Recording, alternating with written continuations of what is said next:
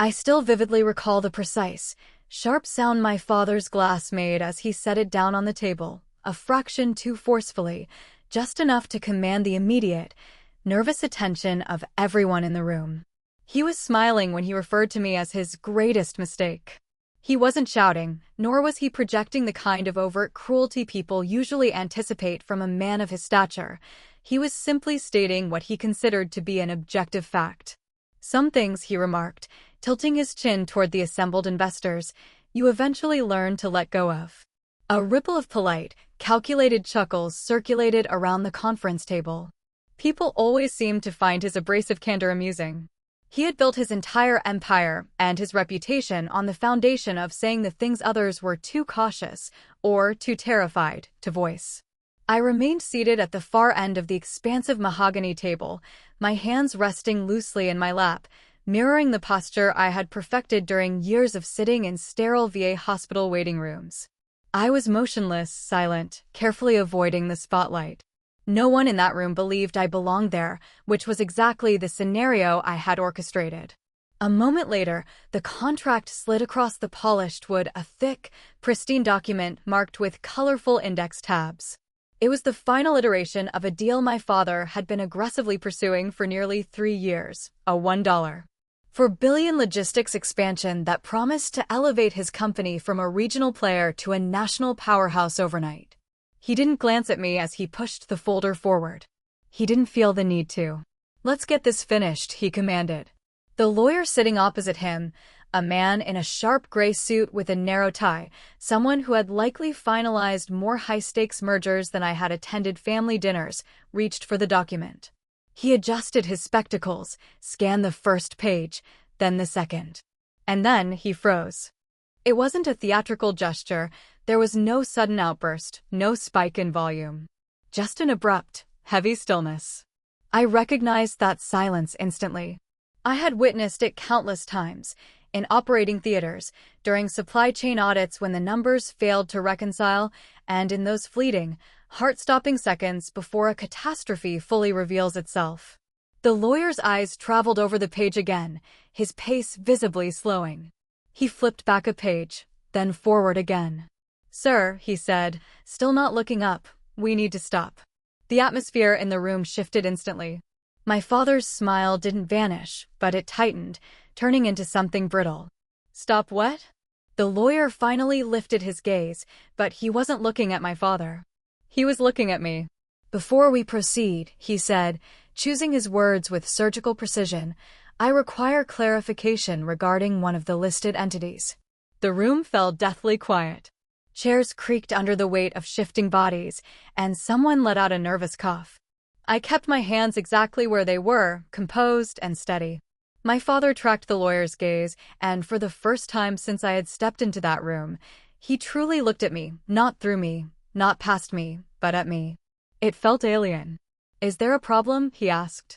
His voice remained level, yet I could detect a jagged edge hidden beneath the surface. I had spent a lifetime listening for that specific edge. The lawyer faltered for a fraction of a second. "I believe there may be a conflict of interest that hasn't been disclosed." The word conflict hung in the air, heavy and fragile. My father leaned back, crossing his arms. "Then disclose it." The lawyer took a breath. "One of the holding entities involved in this acquisition appears to be connected to." He hesitated, stalling for a second because now he was entirely certain. "And so was I, connected to Ms. Carter," he finished. Silence descended. I didn't move. I didn't scramble to offer a justification. I had learned long ago that the first person to rush into a silence usually loses their grip on the room. My father didn't speak immediately, either. He simply stared at me, as if waiting for me to retract the claim, to offer a hollow laugh, to shake my head and dismiss the entire thing as a clerical error. I gave him nothing. "Emily," he said finally. He hadn't spoken my name with that inflection in years, certainly not in a room full of peers. "Yes," I replied, my voice steady. The lawyer cleared his throat, sensing the tension. "Sir, based on the documentation, Ms. Carter appears to be the registered beneficiary of a significant portion of the equity structure tied to this agreement." Someone shifted sharply in their seat. Papers rustled. A pen clattered to the floor. My father's expression remained an unreadable mask.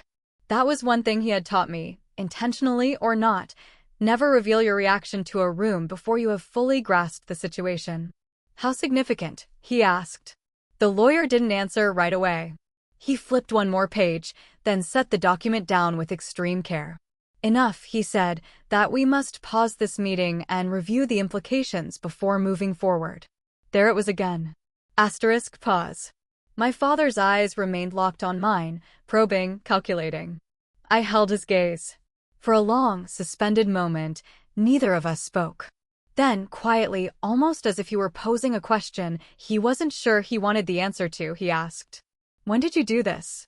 Not why, not how, just when. I let out a slow, measured breath.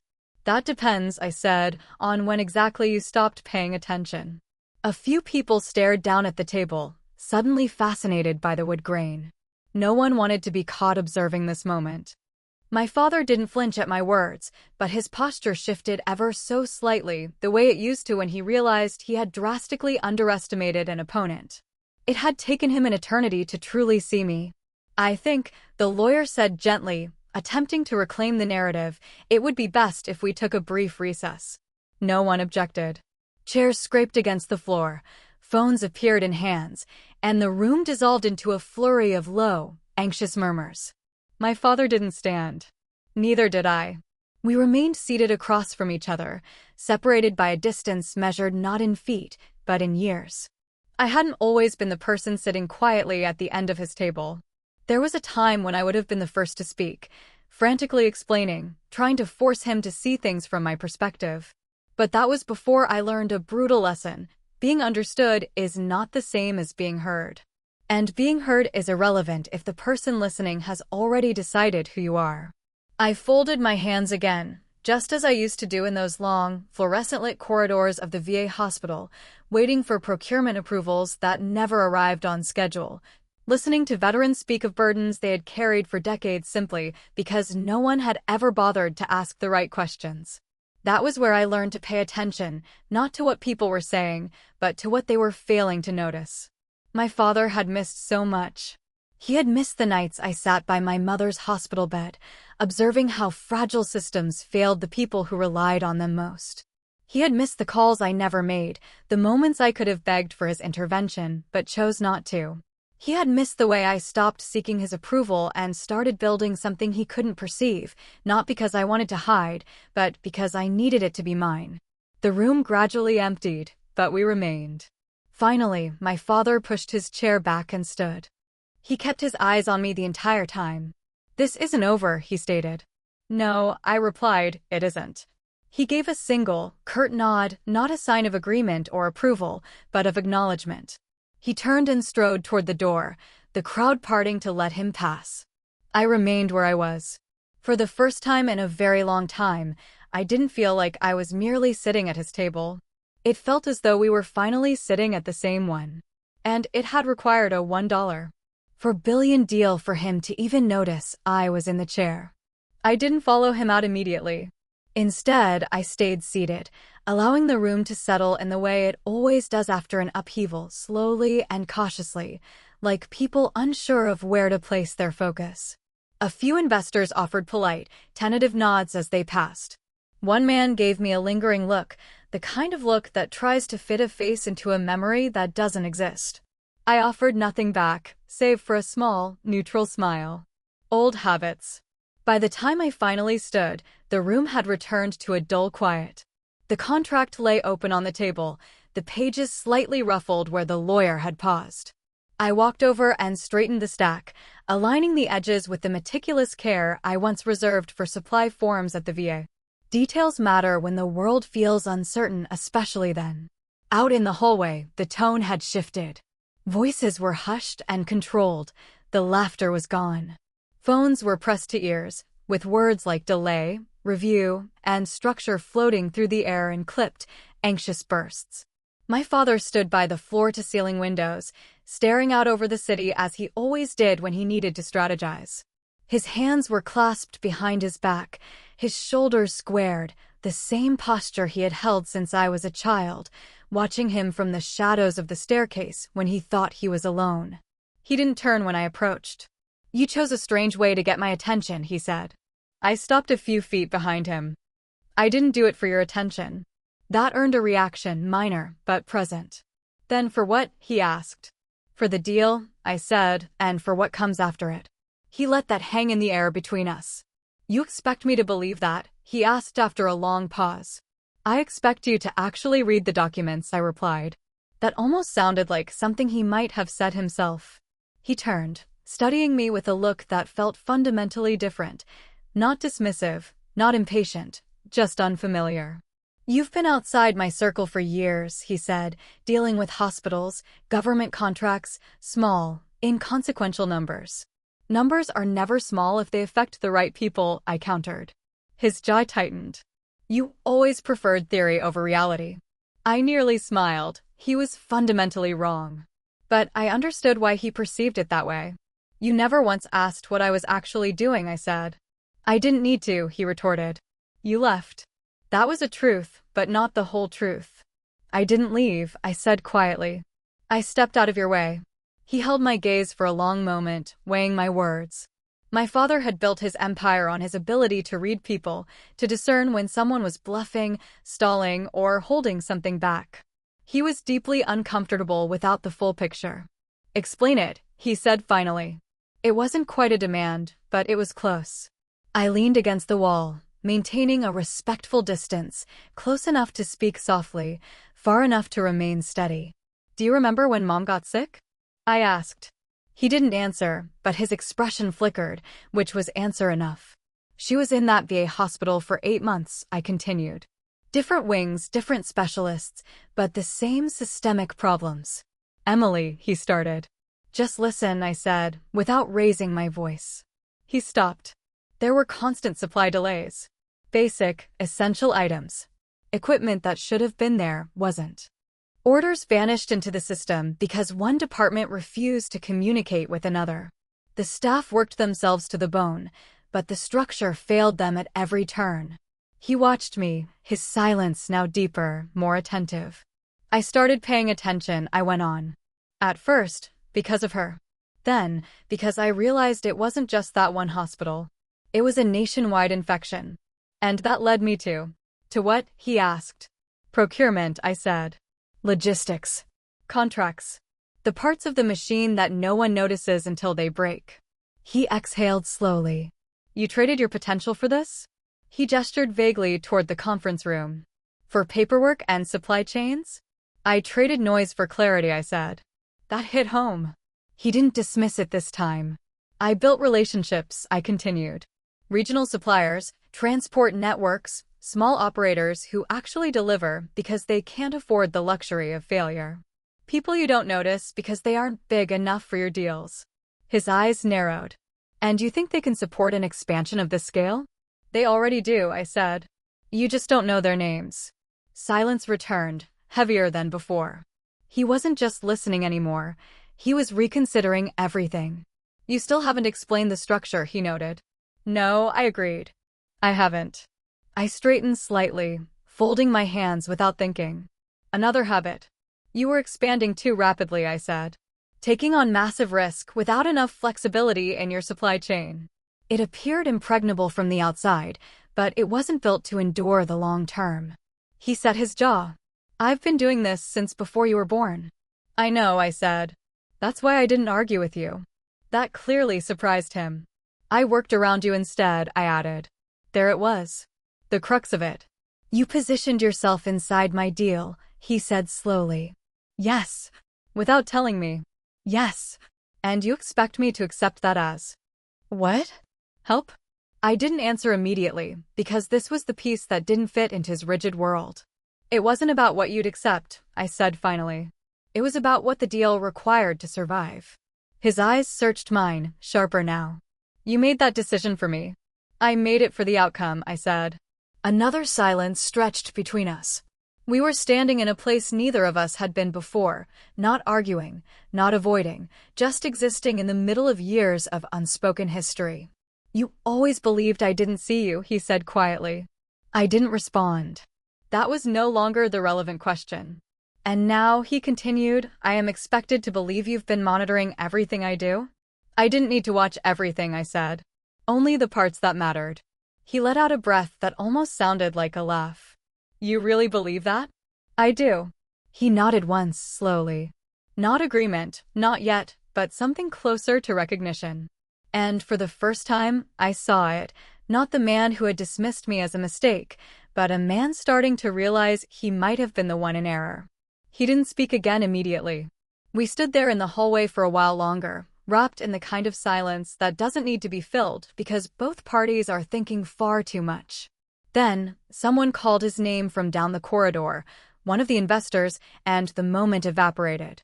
He gave me one final look, unfinished and lingering, then turned to join them.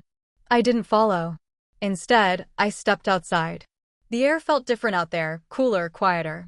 The city continued its relentless pace, cars navigating intersections, people walking with focused intent, 1,000 conversations I couldn't hear.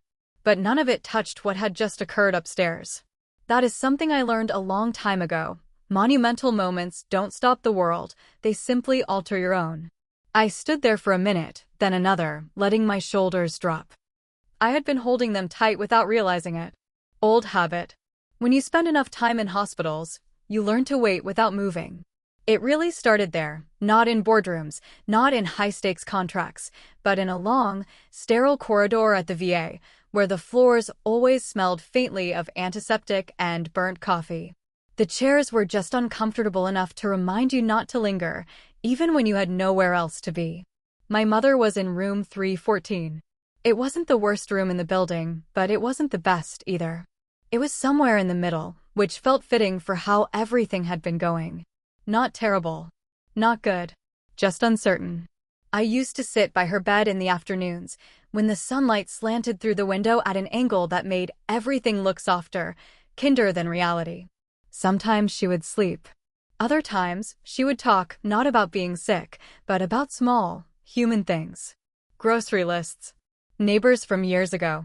Things that made the room feel less like a waiting room and more like a home. My father came when he could. That's how people described it. Asterisk, he came when he could. Asterisk, it sounded reasonable, even responsible. But the reality was that he came between meetings. He remained tethered to his phone. He stood at the foot of the bed far more often than he sat beside it. He wasn't unkind. He was simply elsewhere. One afternoon, a nurse arrived looking for a delivery that hadn't turned up, a piece of equipment that was supposed to have arrived that morning. She checked the chart, made a call, waited on hold, then apologized as if it were her own personal failure. It'll be here soon, she promised. But her voice lacked conviction. I witnessed that scenario repeatedly. Different items, the same pattern, delays, confusion, people doing their best within a structure that wasn't built to hold. I began asking questions. Not loudly, not in a way that drew notice. Just tiny, incremental inquiries. Asterisk, who orders this? Where does it originate? Why is it late? Asterisk, most people didn't have clear answers. But a few did.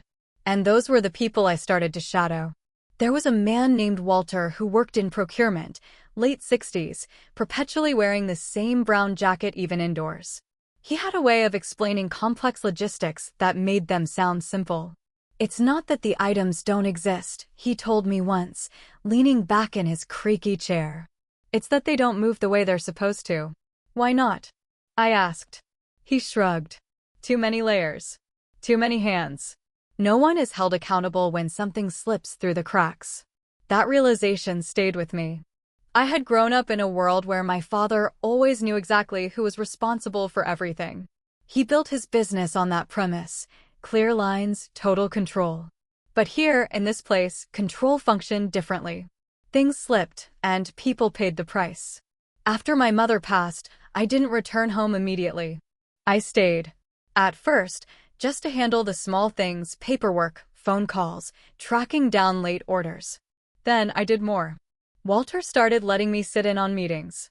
Not the official ones, but the sessions where people spoke honestly because no one important was in the room. You listen better than most, he said one afternoon. That's a rare trait. I didn't think of it as a skill then. It was just something I did. But listening evolved into understanding, and understanding matured into work. I took a position in procurement a few months later. My father didn't approve. "You don't need a job like that," he told me over dinner one evening. "If you want to work, there are far better places to be." "Better for whom?" I asked.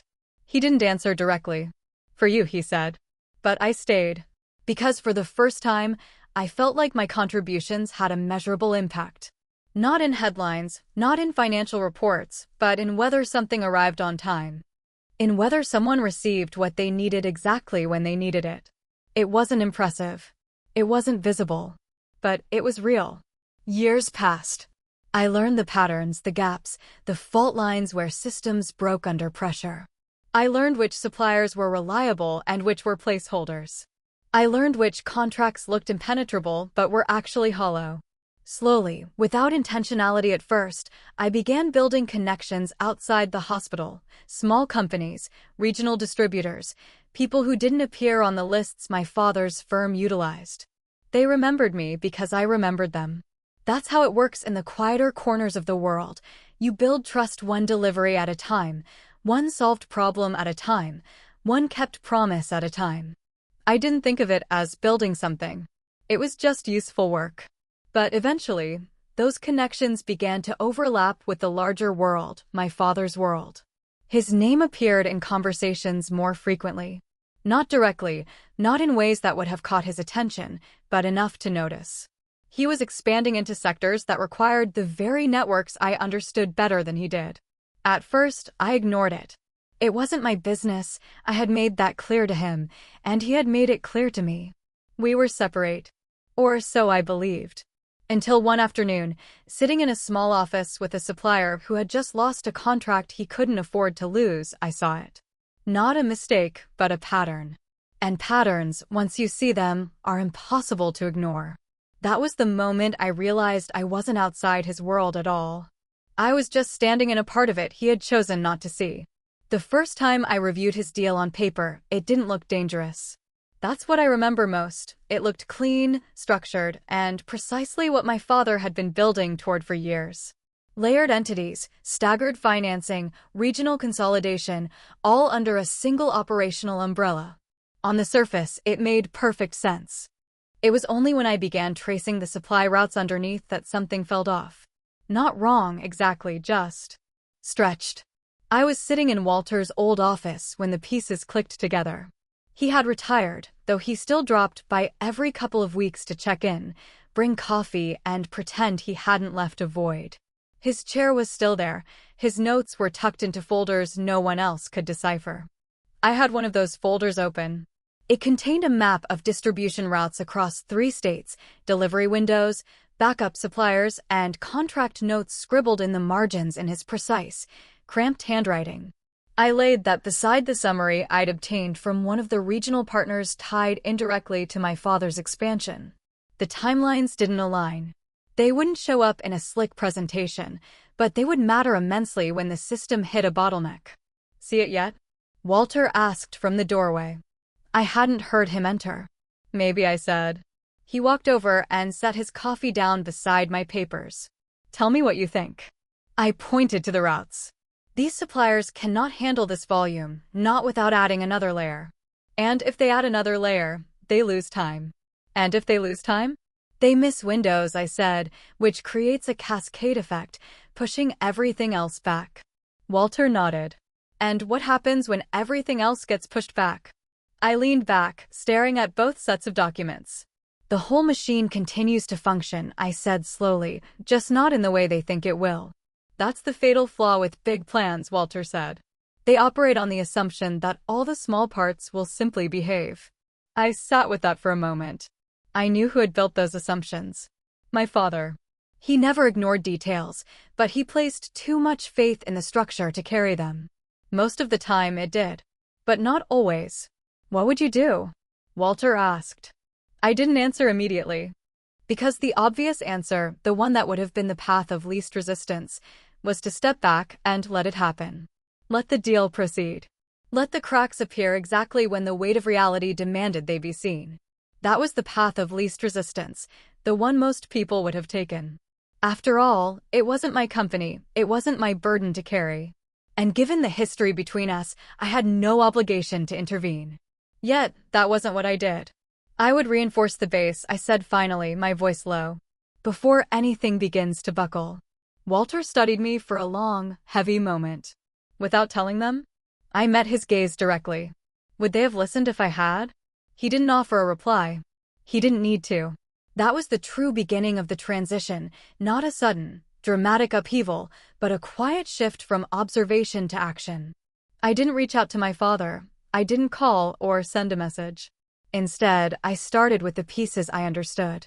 I turned to the smaller operators, the regional networks, and the suppliers who had been discarded or overlooked simply because they didn't fit into the sweeping, large-scale projections.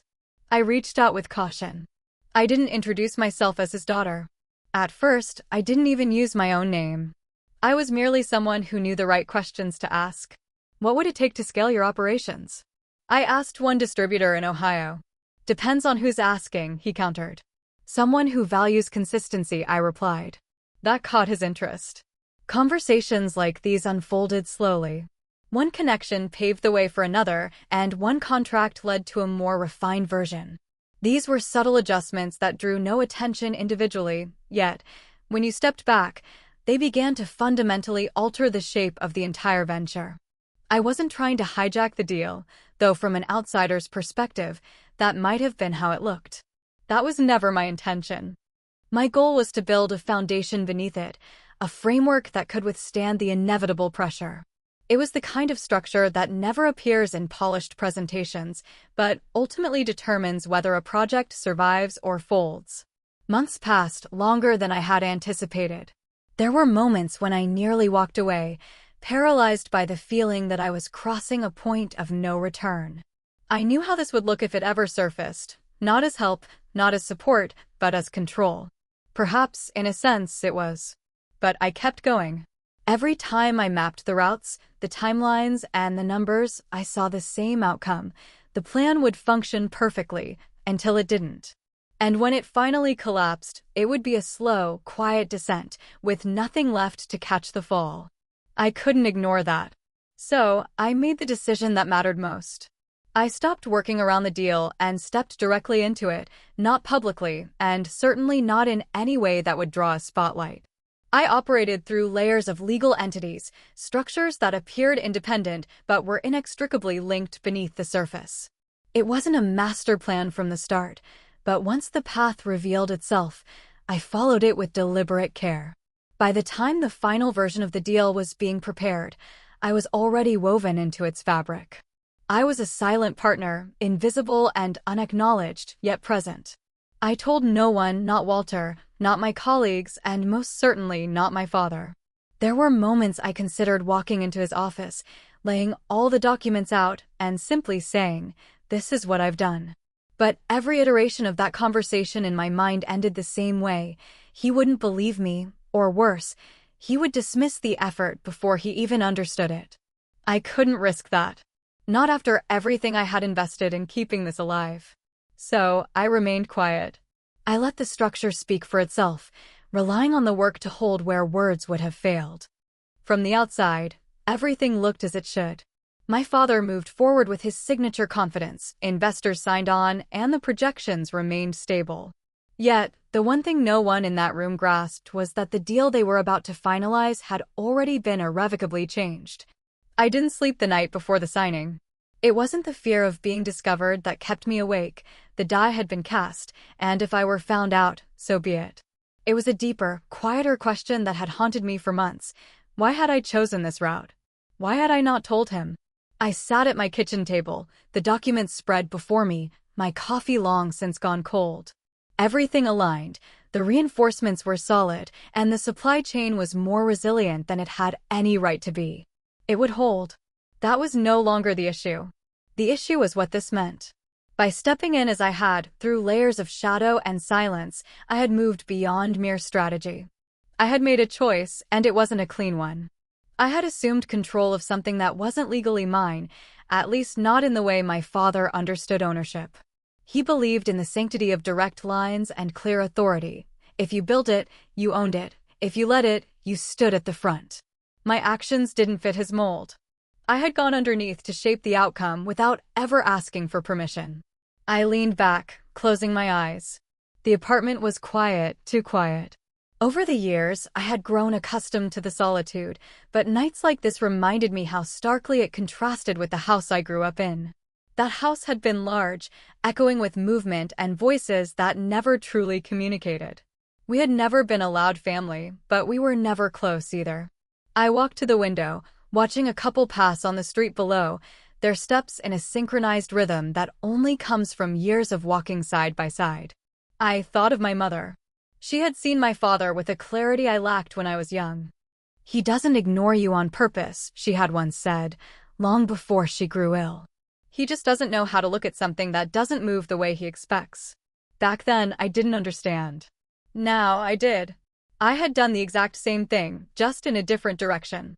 I had stopped trying to move to his rhythm, and instead of explaining it, I had built something he was fundamentally unable to see.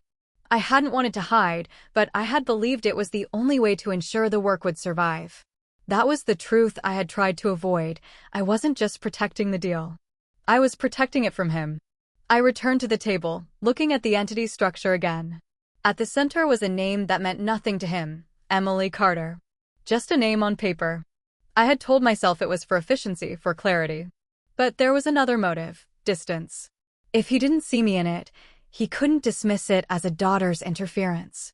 Perhaps, if he didn't connect it to me, he would finally judge the work on its own merits. But I realized then that I wasn't just avoiding his judgment. I was avoiding the crushing possibility that even if he knew, even if he understood exactly what I had built, he would still see the same thing he always had, a mistake. The weight of that thought settled deep in my chest. For all the independence I had forged, a small part of me still craved something simple, to be seen. Not as an extension of him, not as a disappointment, but as his equal. I closed the folder. This was no longer a business problem. It was something far more complex, and there was no clean solution. The next morning, everything unfolded with a mechanical precision. The investors gathered, full of expectations, and my father was in his element, holding court with a grace that was as impressive as it was detached. I watched him from across the room, wondering if his design could actually handle what was coming. When he sat at the head of the table, the room fell into that familiar, sterile rhythm of confirmations. No one looked at me. I was invisible. As the documents were passed around, I felt the familiar, heavy stillness. The moment before a truth reveals itself. I didn't move. I didn't speak. I simply waited. The room didn't erupt, it just stalled. After the lawyer quietly pointed out the irregularities in the structure, the meeting slowed to a crawl. These were experienced people. They knew that sometimes, the most dangerous thing you can do is press forward. The pause was heavy, settling in the space between my father and me. He was the first to stand, maintaining his composure. "Let's take 10 minutes, he said, his voice level.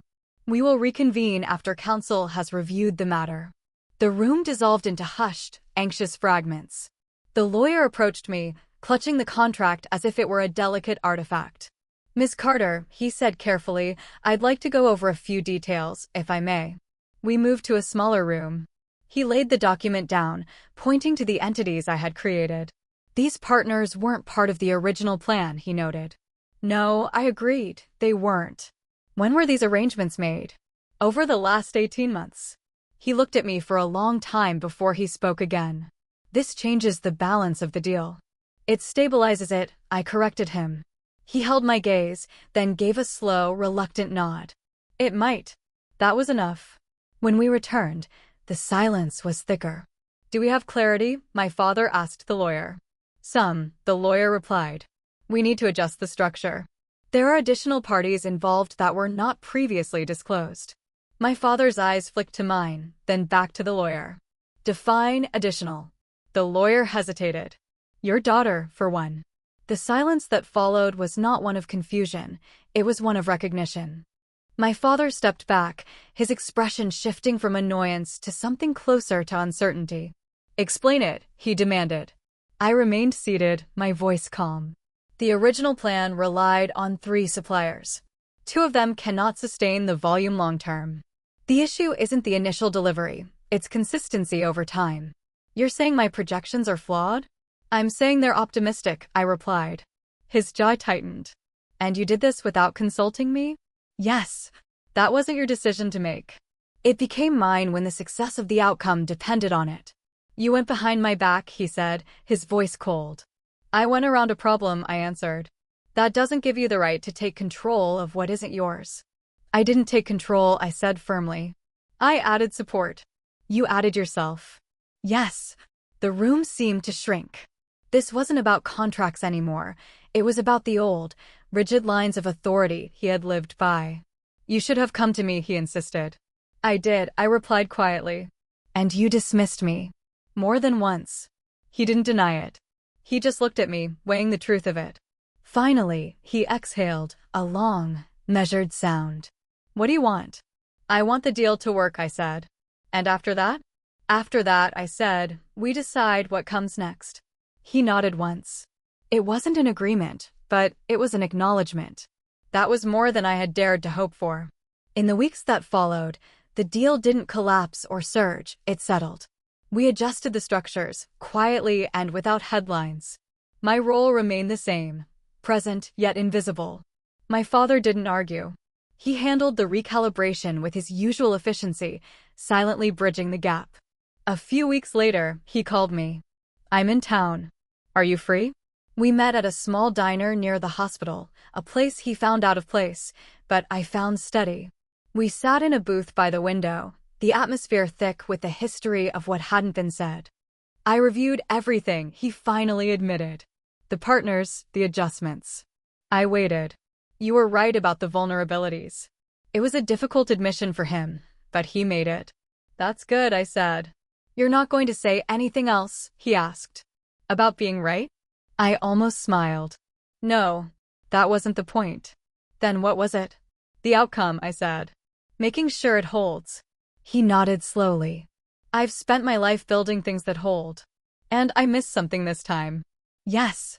I should have listened to you. He didn't apologize, not explicitly. But he owned the failure, and for us, that was a start. We sat in the quiet, the air finally clear of the friction that had defined us for so long. When he left, he didn't offer a hug or a grand reconciliation. He just looked at me, not searching, not calculating, just looking.